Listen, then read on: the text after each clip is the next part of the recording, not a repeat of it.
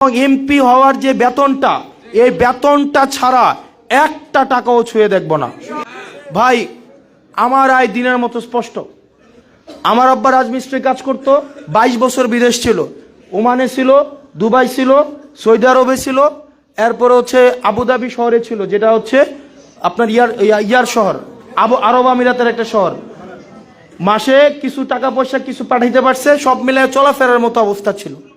আমার কর্ম, আপনারা প্রত্যেকের মোবাইল আছে না? মোবাইলে সার্চ করলেই দেখতে পাবেন। আমার চাইলে পকেটে টাকা থাকলে নিজেও কিনতে পারবেন। কয় টাকা ইনকাম করি, আমার কোর্স থেকে কয় টাকা আসে, এগুলো সবাই দেখতে পায়। আমার বছরে 12.5 লাখ টাকা ইনকাম, প্রত্যেক মাসে 1.5 লাখ, 1 লাখ টাকার একটু বেশি প্রত্যেক মাসে।